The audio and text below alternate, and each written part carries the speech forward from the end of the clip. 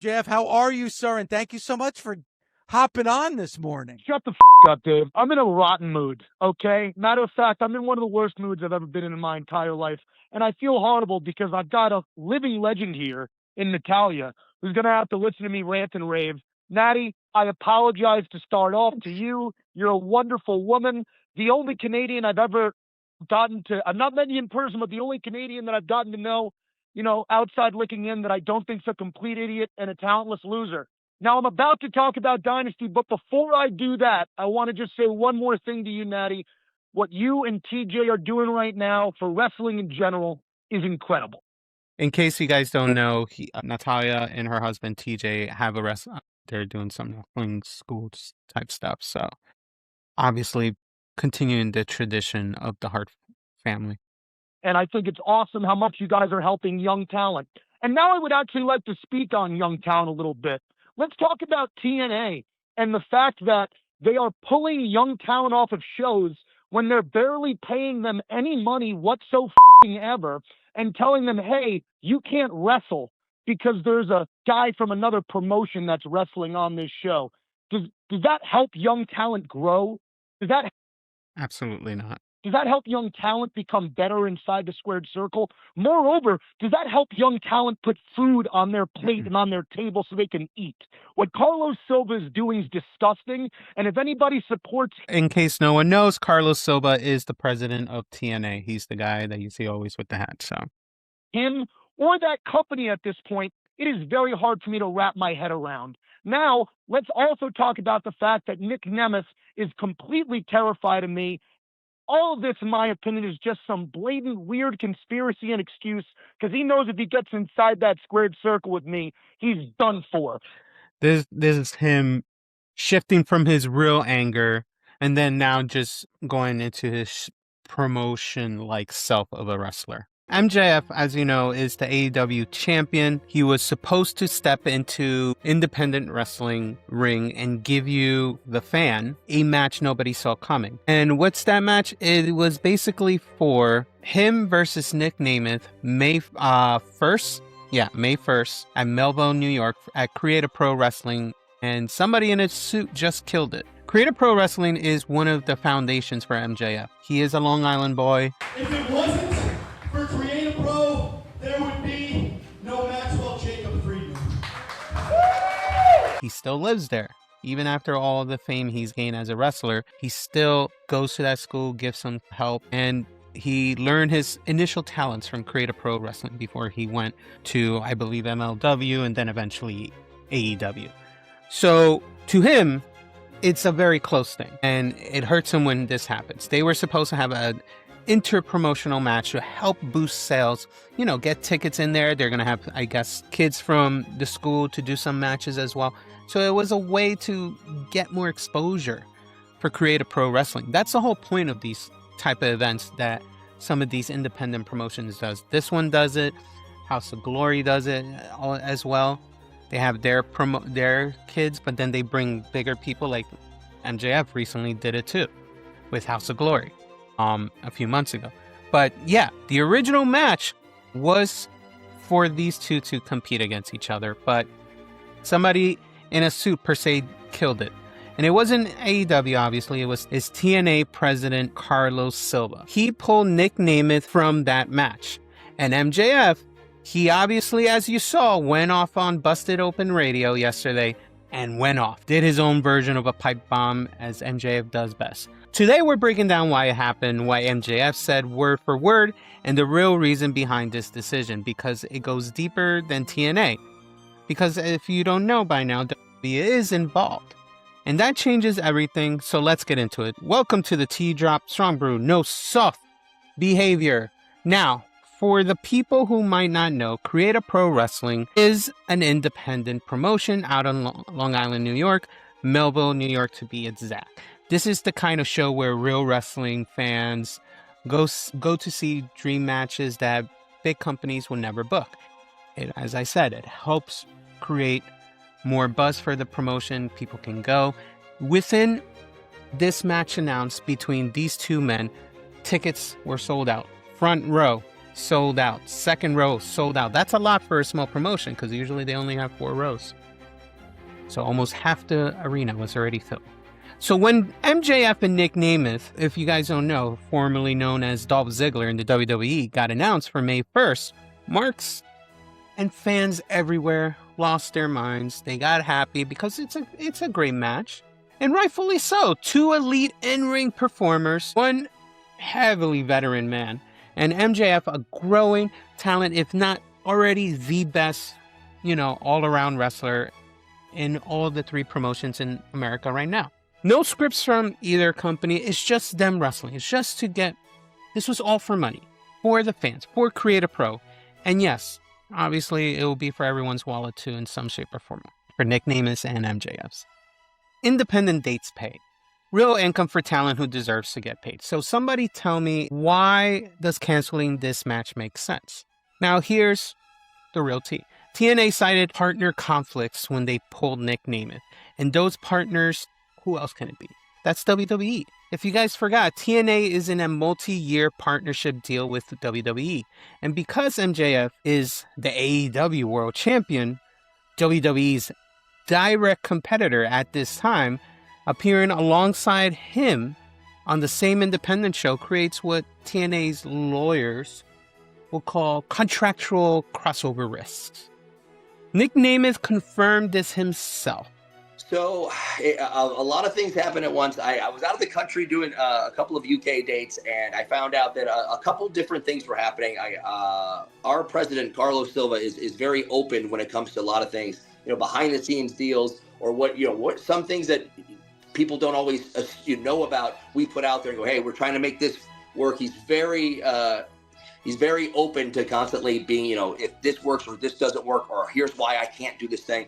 And we had a phone call. He said, because of, certain deep into contractual obligations, certain companies might have crossover with certain other companies that we are with their rival, or with a streaming service or a cable company. And he goes, because of the situation, and it's debatable, and there's a few of them, we have to do the right thing. Now, it's going to be a hard choice, but long term, it covers their butts legally for everything.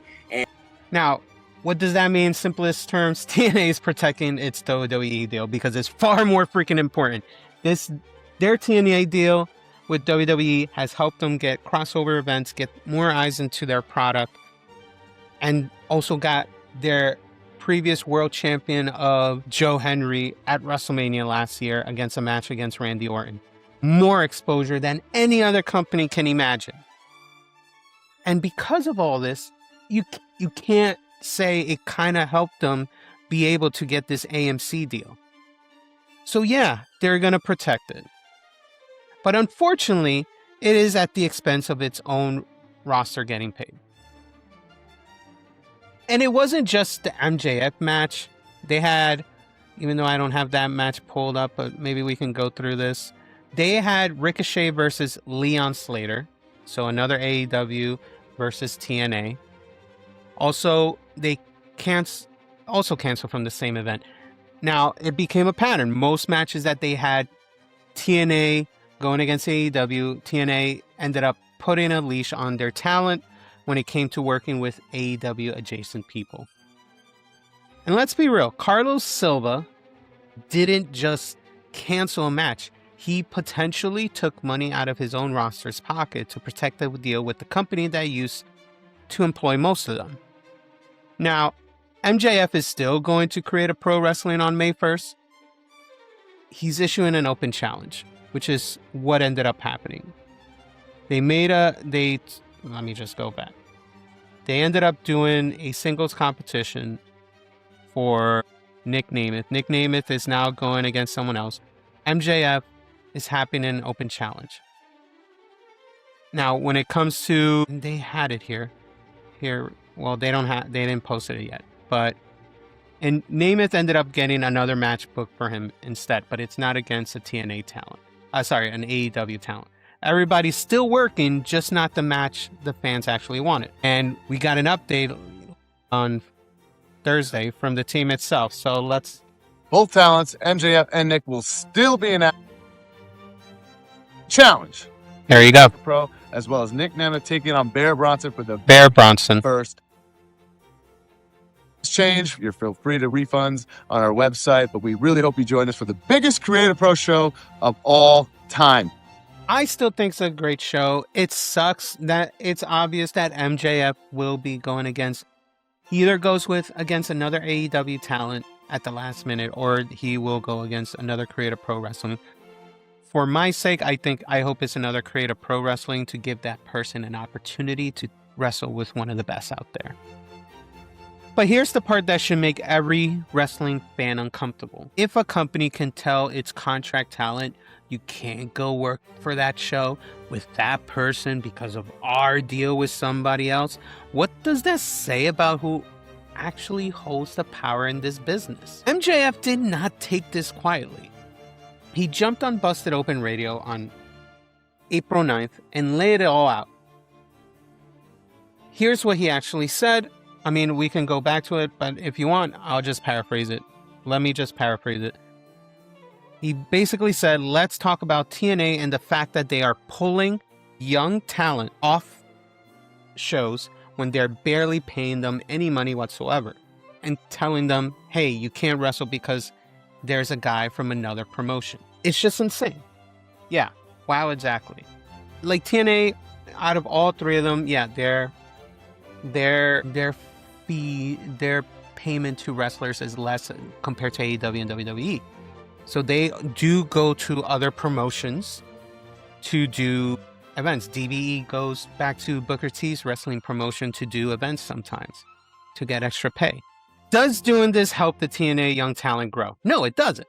Does that help young talent become better inside the square circle, he said. Moreover, does that help young talent put food on their plate so they can eat? You know, being a young wrestling talent doesn't help. I mean, it's hard. That doesn't help. It's hard. And it's going to be a long way for them. And then he went further. He said, quote, what Carlos Silva is doing is disgusting. And if anybody supports him or that company at this point, it is very hard for me to wrap my head around.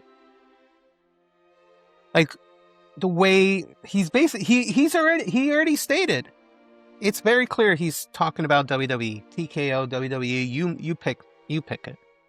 He's saying if this is WWE's tactics to not allow TNA people to do shows with other groups, why are you still fans with them? They took away potential wrestling from you guys. Now, is MJF always playing a character? Yes. But the substance of what he's saying in that, before he went on to talk about Kenny Omega, he's not wrong. And keep in mind, this Saturday or Sunday, MJF is defending the world title against Kenny Omega in Dynasty. So he's already in full media mode, but he is very truthful in that statement that he said.